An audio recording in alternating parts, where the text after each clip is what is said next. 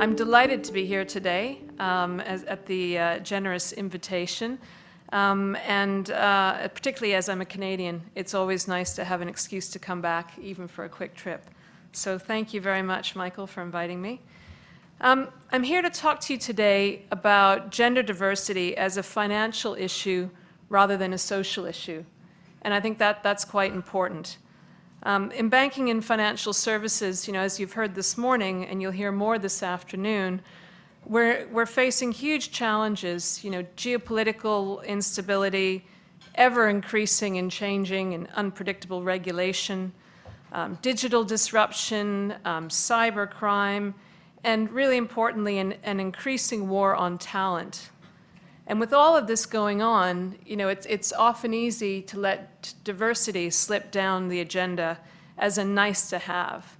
But this is precisely the time that leaders really need to focus on it. In fact, research shows that by having more diverse boards and management teams, businesses can be much more effective rather than having an identikit group at the top. And for those of us that went to business school, I think we all studied, that the challenges around groupthink and the impact that has. And so, I'm here to talk about the fact that having more diversity is really going to help businesses, and particularly financial services, solve those really big, hairy, and complex problems. And so over the next 20 to 30 minutes, I'd like to cover three main topics. First, to remind people about the business case for diversity, and why this is important for financial services. Secondly, I'd like to give you a brief overview of the 30% Club and what we're doing. And finally, and most importantly, I want to talk about the practical things that everyone in this room can do to help their organizations become more diverse and more inclusive, and ultimately have better gender balance. So first, the business case. There are literally mountains of research, I think, out there, which show the significant correlation between increased gender diversity and financial performance. Now, I don't think anyone has proven causality or causation, but certainly the correlation is very strong. So I'm not going to go through all the research, but I'd like to highlight a couple of pieces that I think have been really well cited. First of all, in 2016, the Peterson Institute study of nearly 22,000 global companies found that those that went from 0 representation at board and C-suite to 30% representation of women saw a 15% increase in net revenue margins on average, 15%. McKinsey has been doing research on this for a long time, and they found similarly that in European companies in the top quartile for gender diversity, they're 15% more likely to have financial performance above their peers.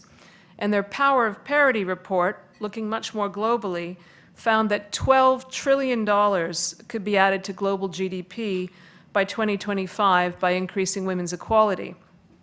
And as I understand, McKinsey recently released some similar data for Canada, and they talked about 150 billion Canadian dollars by 2026. So not insignificant numbers. The other good piece is the Credit Suisse 3000 research, which has come out and really looks at management teams as well as boards, and once again, a number of outperformance measures. So all the research is there, and there's a lot of it. And so I think that really helps to make the case from a financial performance point of view. Catalyst looks at it in the business benefits in terms of 4 different pillars. So they talk about improved financial performance, as I've just mentioned, but they also talk about better leveraging talent. And it goes without saying that in an environment where there is this increasing war for talent, and we heard a bit about that this morning, you really need to be casting a wider net and considering everyone. Now, most of the things that I'm going to talk about really apply to diversity in general. But where I come from in the 30% Club, we're a single-issue campaign, so I'll mention gender, but you can apply this to most underrepresented groups. Also, the next pillar they look at is really better reflecting the marketplace and also building reputation. Women control $20 trillion of consumer spending, and they represent a bigger growth market than China and India combined. Often they're referred to as the next emerging market. They account for over 90% of most household purchase decisions and even 60% of automobile purchase decisions. And so it's kind of a no-brainer in terms of companies that are consumer-facing, having more women on their boards, in senior leadership teams, and in all of their teams. And I can even tell you anecdotally from some of the conversations I've been having in the UK that a lot of big firms are now looking at their suppliers and their professional services companies, and they're starting to really take a stand on this because they would like them to reflect better their own companies. So one general counsel of a FTSE 100 company recently said that when their law firm came in and fielded the typically, we call it pale, male, and stale team, to come in and pitch to them, they asked them to turn around and go back and to bring a more diverse team. And they actually said that they would increase the fees slightly if they could produce a more diverse team. Another big financial company in the UK, whose CEO, I won't mention his name, but he recently said to me that he went out and he fired one of the professional services firms because they continually presented a non-diverse team, and he felt it just didn't fit with his own organization. So we're starting to see, once again, it just makes business sense to start to think about that. The other piece is really increasing innovation and group performance. Catalyst studies have shown that companies with more women in senior management have lower staff turnover and better employee engagement scores. And basically, their cultures become more inclusive and therefore better for everyone. And so I would really reframe the discussion. And instead of talking about, what are the benefits and why should companies be doing this, what are the costs and what are the risks of not doing this? And I think that's the way that we should all be looking at it. So what is the 30% Club doing about this? What I want to make clear from the start is that the 30% Club is not a women's network. We're not a women's group at all. We're not out fighting for women's rights and for equality. We're not suffragettes. But what we are is a global group of women and men who are campaigning for better gender balance on boards and throughout organizations as a business initiative, not a social one. And the chairs and the CEOs who have signed up to our aspirational target of 30% all believe that the only way to have real long-term sustainable change is through a voluntary business-led basis because it makes good business sense. So I'll back up a bit and say that the genesis of the 30% Club in the UK was in 2010 when Dame Helena Morrissey and Baroness Mary Gowdy were together at a Goldman Sachs women's networking event. And I should say I'm a huge supporter of women's networks. I used to lead the oldest women's network in London. I led it for 3 years. I've led women's networks in various companies I've worked at. And I think they're fantastic for encouragement, support, networking, often professional development. But they don't seem to help women really move up throughout organizations. And so Helena and Mary realized this, and what they thought about was that the only people that could really do this were the people in power. And most often, those are the men. And so they sat down with a couple of enlightened chairmen. And I will say that the chairmen that we have in the 30% Club that are the most enlightened tend to be the ones that have daughters that are working age, or they have strong working wives, and it's unfortunate that that's what it takes to bring about enlightenment, but that tends to be how it starts. And so these chairs agreed, and they said, let's think about how do we do this. So they decided to set out a campaign and to set some targets. And all of us in business, and particularly in financial services, know that to get things done, you've got to have some targets, you've got to have some numbers, and you've got to be able to measure it. So we decided that we'd start at the top and really look at numbers that were transparent, that were measurable, and to set really some symbolic ambition. And we set this target of 30% female representation on the biggest companies in the UK, the FTSE 100, by 2015. So you may ask, why 30%? Why not 50%? Doesn't sound very ambitious. Well, back in 2010, we only had 12.5% females on those companies, and we had 21 all-male boards. And so the view was that if we set the target too high in too short a time period, then people would lose interest, lose momentum, and just wouldn't go for it. Also, research has shown that 30% is the tipping point for any underrepresented group. So if you think about it, if you're in a group of 10, and I'll use the female example, if you're one woman in a group of 10 and you speak, then every time you speak, it's the female voice, and you're identified by your gender. And so she's saying that because she's a woman. If there are two of you in a group of 10, then whenever you speak, they mix your names up. Even if you look completely different, one's blonde, one's brunette, you know, you're the two women, so they just confuse you. By the time you are 3, then you get heard in your own voice. People start to hear what you're saying. You can start to have influence. And this is true for any underrepresented group. So 30% is very important, and it's the tipping point. So that's what we chose. Shortly afterwards, the government also got behind this. They had done a study looking at how the UK could be more competitive. And they came out with looking at having more women in senior positions they thought would really help boost competition and make the UK more productive. And so the Davies Review was started. Now, they set their target for the same time frame, and they set it at 25%. They had actually done the math. They looked at board turnover, and as it was a government-sponsored initiative, they had to hit their target. So they set an attainable target. And so the main thing was that we had a lot of momentum. We had government, public policy behind us, we had our campaign, and we had these enlightened chairs. Now, I will say it was a tough thing to start with. When we started writing to companies, we didn't get a lot of response. In fact, we got some quite rude response, and I can't repeat some of the things that came back to us. But what we decided to do was to get the chairs to go out and lobby themselves. And so they lobbied their peers, and it became like a competitive sport. And it wasn't very attractive to be the last company with an all-male board on the FTSE 100. It was Glencore, and they added one woman in 2014. They haven't had any more women since, and they're still coming under a lot of pressure. So it was a successful thing for those reasons, but also we had a lot of media coverage, and we still do.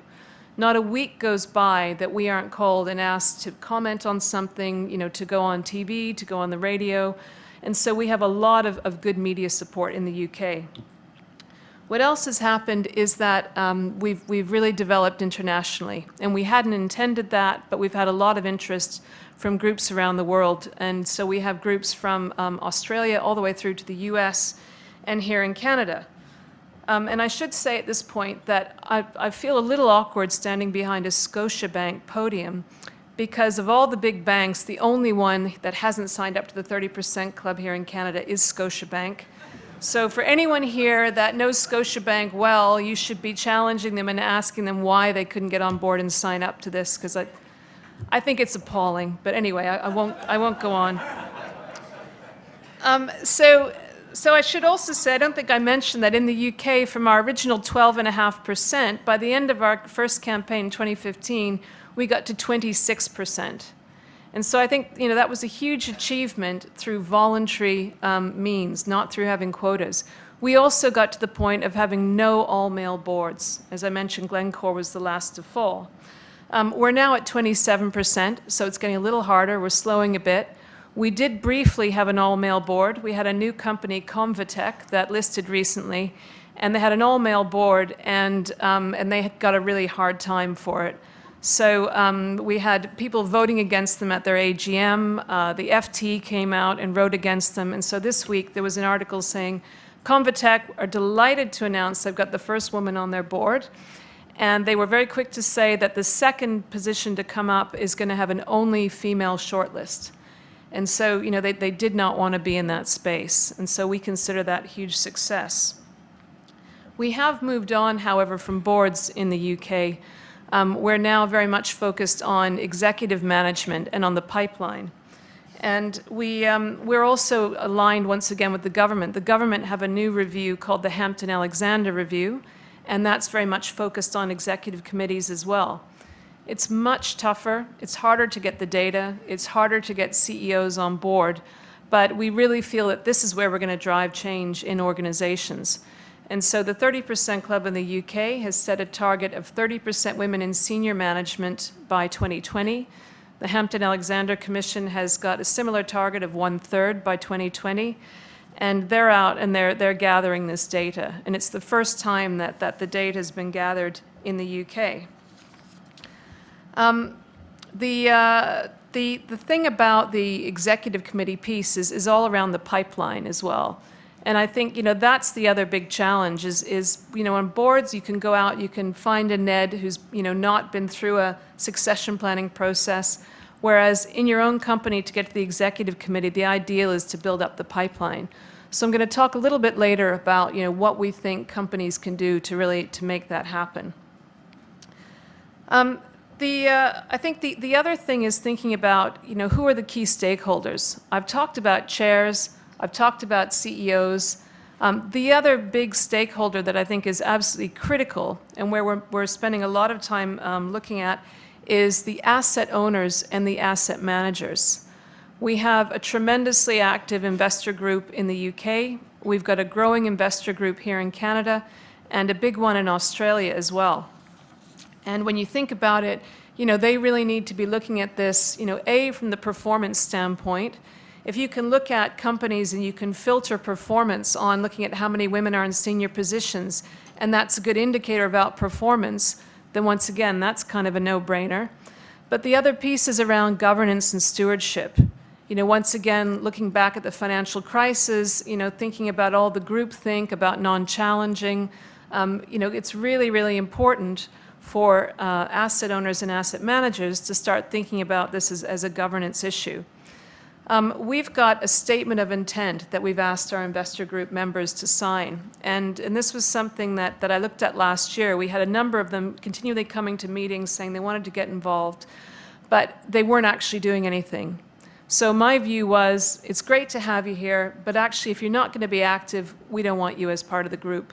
So we've got a statement of intent, and this is what it says.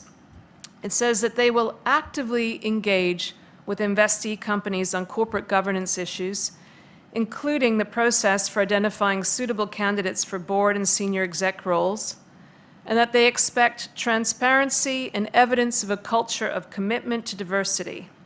And if, after engaging with board chairs and nomination committees, they're not satisfied, they may choose to vote against re-election of the chair of the board and the chair of the nomination committee. So it's not that big an ask. We're not compelling them to do it. We're just saying that this is what they sign up to.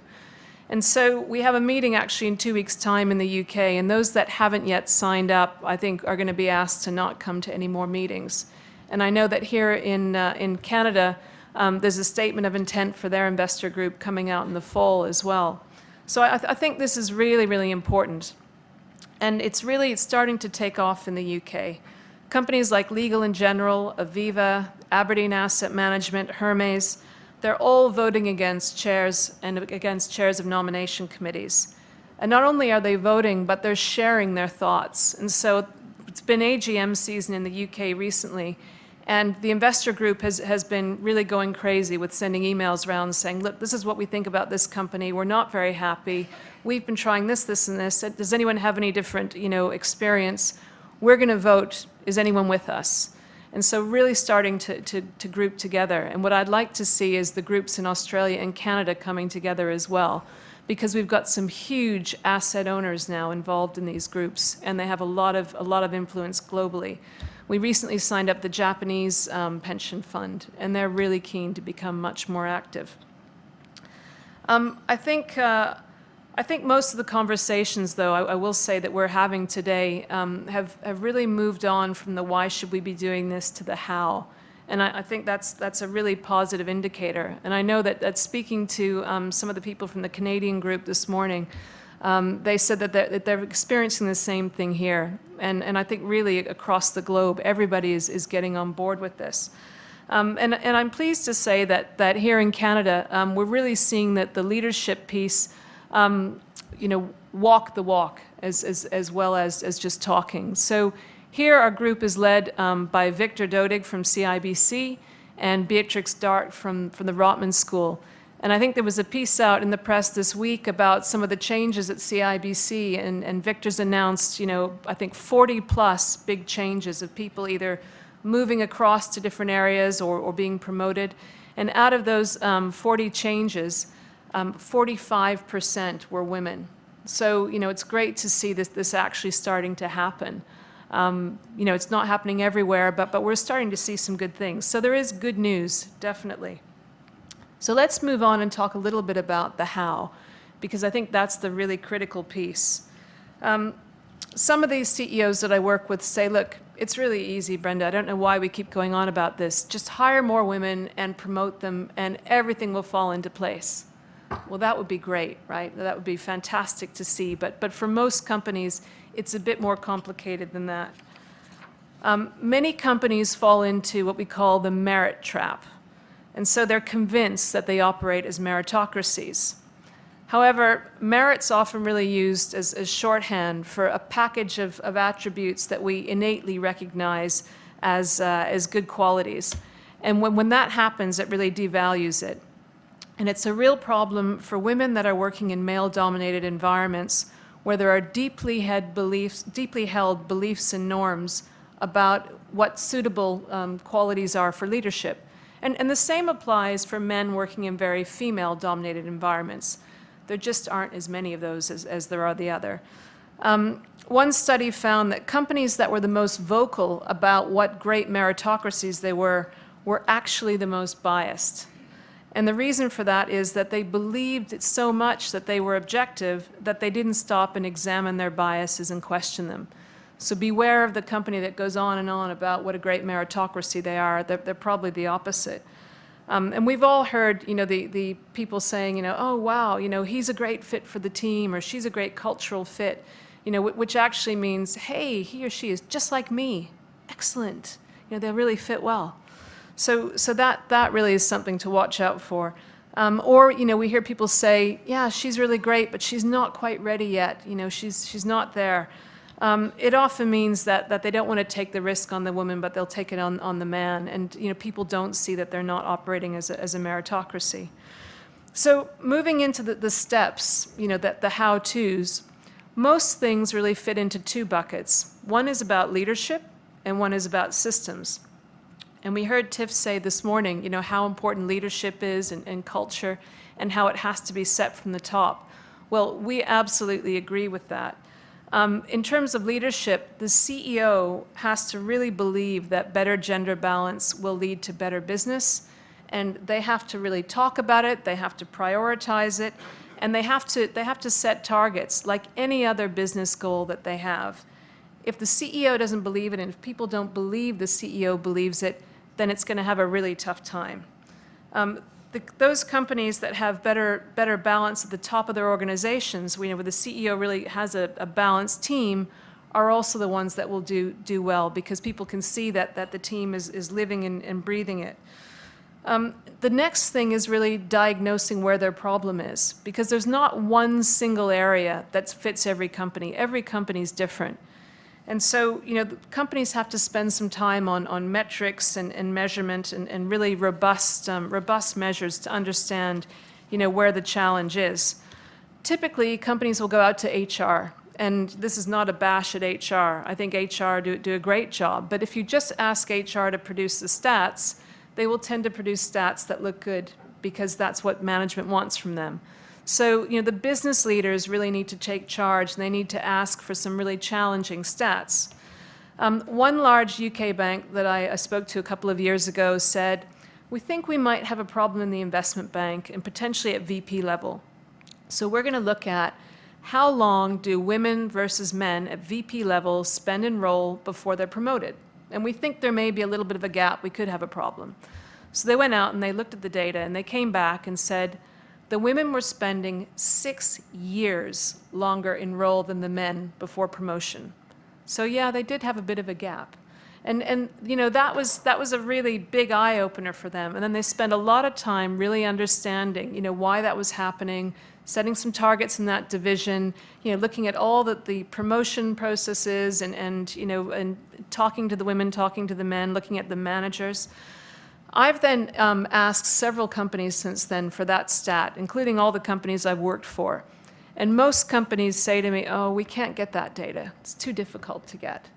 If you really care about it, you will get that data and really challenge yourselves. We also find that when people start to ask for publicly reported data, in the UK we have gender pay gap reporting that's coming in. And companies have been really hesitant about reporting that, or just about reporting the gender splits.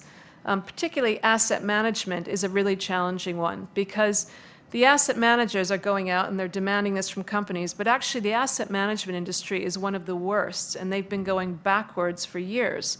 So you can imagine, an asset manager goes out and says they're going to vote against the CEO and chair, and they turn around and say, look at yourselves. How can you raise this with me? So the really brave ones are coming out and saying, we know we're in a bad place. These are our numbers, and this is what we're doing to address it. Some of the biggest asset managers are starting to set themselves really challenging targets, and just to admit that they've got an issue and really try and address it. So I think really understanding and diagnosing and then setting targets is incredibly important. Recruitment is an area that is an issue. Some companies have 50-50 recruitment, but others have some real challenges, and especially as you get up to more senior positions. So objectively scoping roles is really important. I'm just going to pause and ask, how many people in this room have really clear job descriptions and your job matches your job description? Show of hands? Okay, not so many. In fact, I don't even think I've filled one hand. So, if that's the case, then how is recruitment happening in an objective way? People aren't stopping to think about scoping jobs and looking for attributes and skill sets. And so I think that's a place where companies can really start to spend a bit more time. Gender-neutral job adverts. Now, this is something that's really taking off. One company that I spoke to said that, and this is a big accounting firm, they had advertised a role, and the role said, we want an industry leader, and here are all the skills and experience and things that we need. They only got men responding. So a month later, they put it out again, and they took out industry leader, had the same skills and experience set, and they had a lot of women applying. And so apparently, when they put it out the first time, the guys all applied because they said, I am an industry leader. It was no problem for them to apply. And the women must have looked at it and said, yeah, I can do all those things, but am I an industry leader? I don't know. I don't know if I call myself an industry leader. So, this is reality. This is what happens. And so there are words that are very masculine words that men respond to, and there are feminine words. And so you can go online now, and there's lots of software out there, but there's a free piece of software, and it's called genderdecoder.catmatfield.com. You can put in a job description, and I can give that to you later if you want it, but you can put in a job description, and it will run a quick algorithm and come back and say, these words are masculine or feminine. You should take them out to neutralize the job advert. And so apparently words like aggressive or mission critical are very masculine, and words like partnership and passion for learning are very feminine. So if the job advert is quite masculine, women won't apply. If it's quite feminine, men still apply. So I would say go for neutral, but if you go a little bit feminine, you'll be okay. The other thing is blind CVs. Lots of research has been done to show that if you take out the gender in the CV, then you can make it easier for people to remove their biases. Hiring in teams. So instead of hiring individuals, if you're looking for a whole area and you start to hire a group of people together, then people are more likely to allow for lots of differences instead of hiring lots of same people. So it's like if you were going and buying something, if you were buying a big group of things, you'd probably buy a variety rather than buying all the same. So hiring in teams works. Mixed interview panels, but interviewing one-to-one, but having a group of a mixed people interviewing makes a big difference. Headhunters really need to be pushed and need to be given the brief of having at least one woman on the short list, if not two. And once again, if they say that they can't do it, then time to change search firms, because I think a lot of search firms just aren't making enough effort. I mean, it's such a stereotype, but it's so true, is encouraging the women to apply. We all know that age-old stereotype that men will apply if they have 70% of the criteria, women 100%. It's absolutely true. And so good companies, actually spend time, encouraging their women to apply. One big bank that I worked with recently, and this is doing my day job work, and this is funny, in all my jobs, in all my meetings, as a financial institutions head, I spend a lot of time out meeting insurers, fund managers, banks. We spend the first half of the meeting talking about business, and the second half, they all want to tell me what they're doing on diversity. And guess what, Brenda? I hired a woman yesterday. Yay!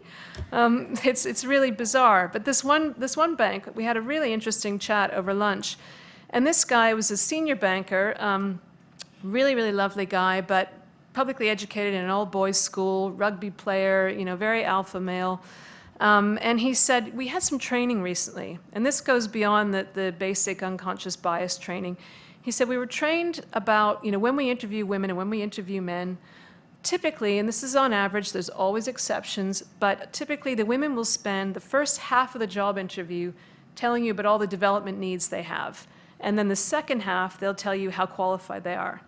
Men will spend the first 90% telling you how qualified they are, and the last 10%, saying, well, I might need to develop these things. And that's just through socialization, right? It's not that, women are so much more honest than men. It's just that's how people have been socialized. So they said, you must watch for this. And this comes into management training. Women and men speak different languages, and good managers need to be conversant in both. So this guy said to me, well, he said, Brenda, it happened 2 weeks ago. I was hiring, for promotions. And he said, I made a big point of listening. And he said, wow, the woman did exactly that. And he said, normally, by the middle of the interview, if she'd been doing that, I kind of would have shuffled her CV to the bottom of the pile and, ignored the rest of what she said, because in my mind, I've already thought, yeah, she's not ready. I got to think about my next meetings, with the other candidates. And he said, but I really focused on the second bit, and she actually was the most qualified for the job.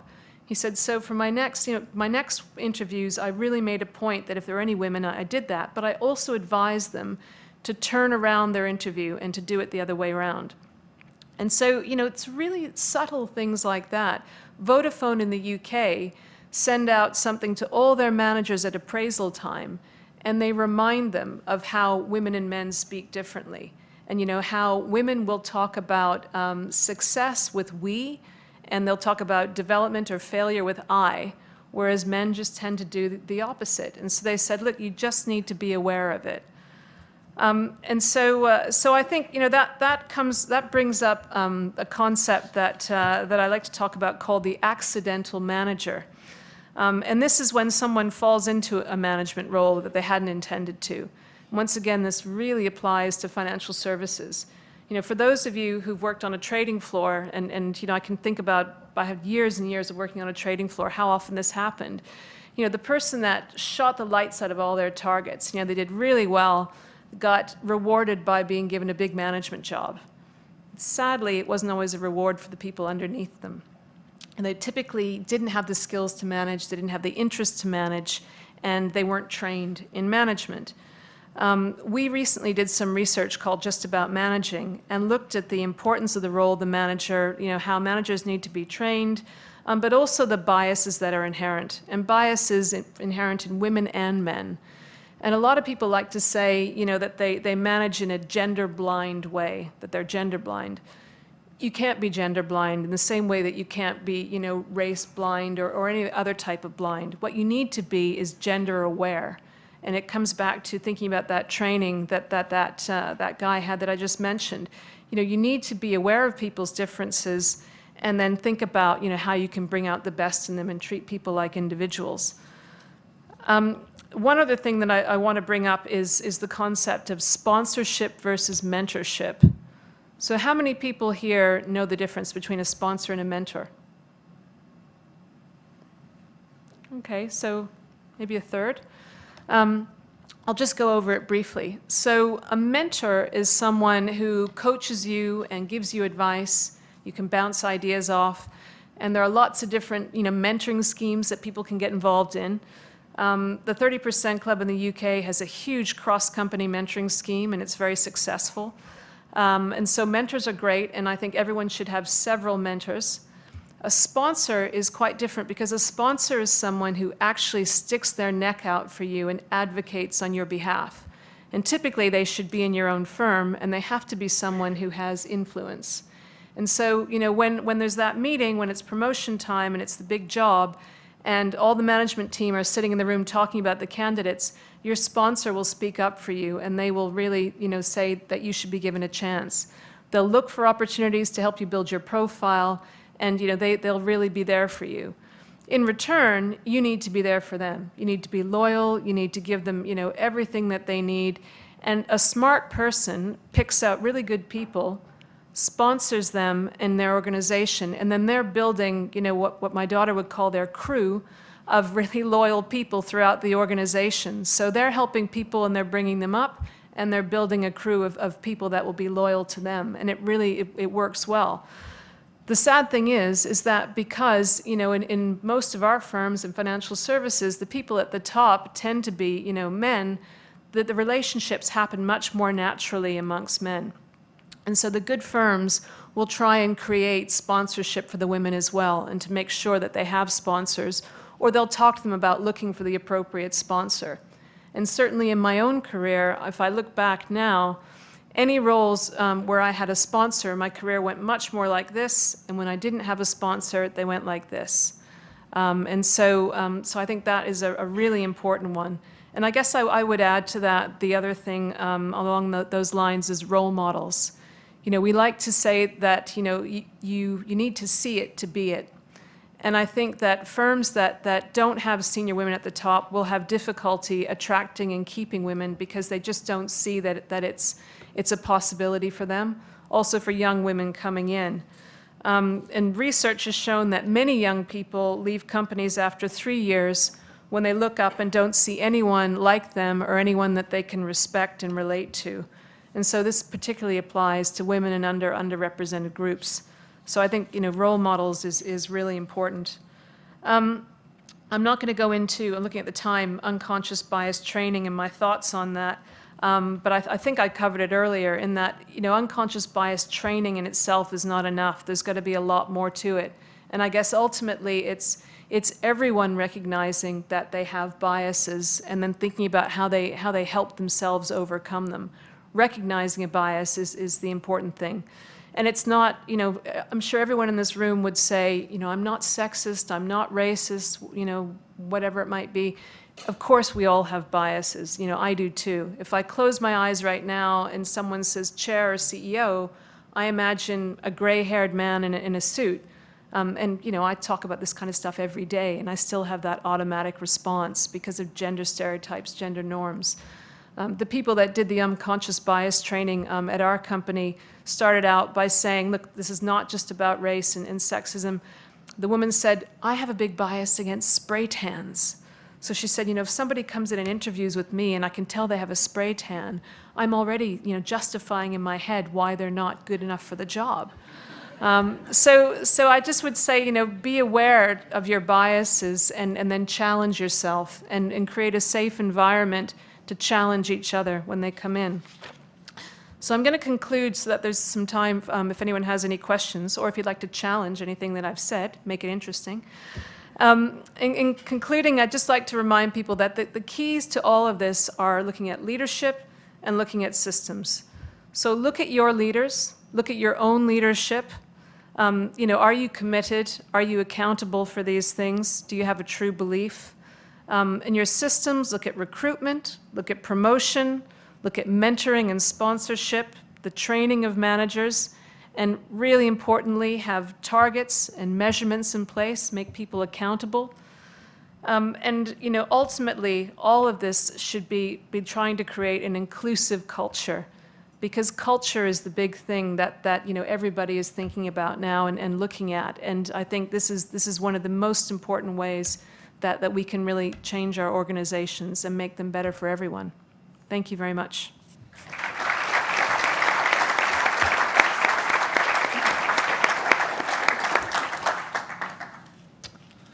Okay, so I've got a number of questions that I'll hit you quick fire with them, okay? Okay. So how is Canada comparing to other countries in terms of female leadership on boards? It's a little bit behind. I think Canada is at about 19% now, and the UK, as I mentioned, is 27. US is about 24, Australia is 25%, as an example. So Canada's got a little bit more work to do. Okay. I'm sure Scotiabank could help with that when they get involved. Yeah. Which industries seem to be better examples or providing the example, and where does financial services fit in? So some of the better industries tend to be more the consumer-based industries, and I guess for the reasons I outlined earlier, that they're getting it a little more quickly than others. Financial services and tech, and clearly the mining industry has been a challenge. We certainly have a lot of, and people say this is why in Canada, you've got a lot of resource-based industries, so it's really difficult. Well, a good friend of mine is the chair of Newmont Mining in the US. And, A, she's a female and she's the chair of Newmont Mining. B, she recently interviewed a group, 5 people, to be directors of Newmont Mining. And there were 3 that she was indifferent to. They would all be fantastic and they were all women. So I'd say, the arguments about industries maybe aren't as relevant in terms of why people can't get there, but obviously natural resources, technology, and banking tend to be quite bad. Shouldn't governments simply mandate gender balance on corporate boards? Quotas? No, absolutely not. So quotas are quite dangerous. Quotas are helpful in the background as a threat to make businesses get on board and think about it. Quotas can get you there in the short term. So if you look at Norway as an example, Norway introduced the idea of quotas, I think, in 2003, and they had 500 plus listed companies then.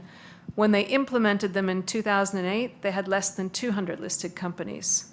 And I don't think that's a coincidence.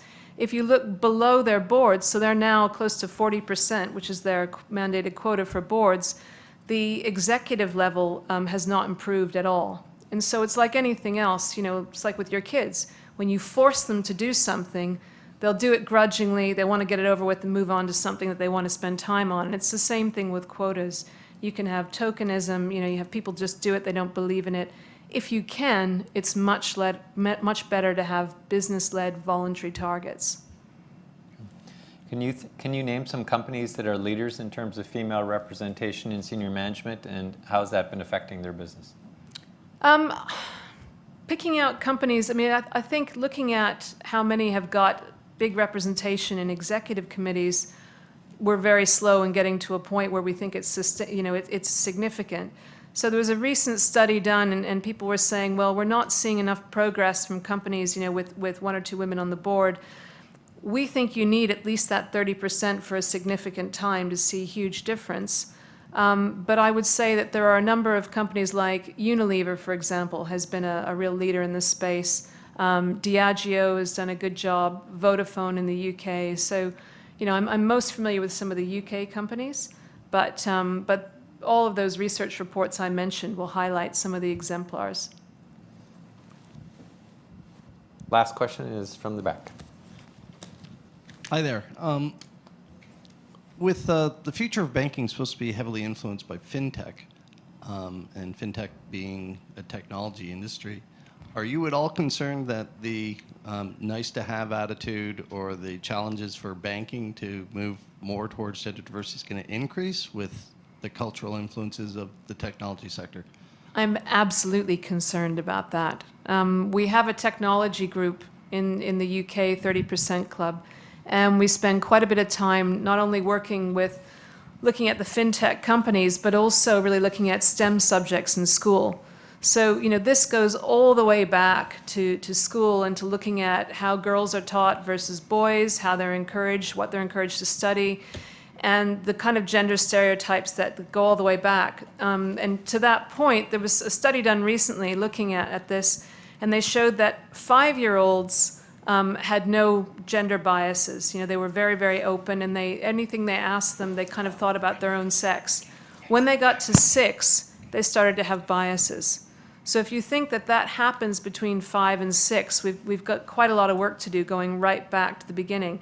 But I think more and more companies in that space are starting to work with universities and with schools and trying to create, better partnerships to encourage more girls into the STEM subjects.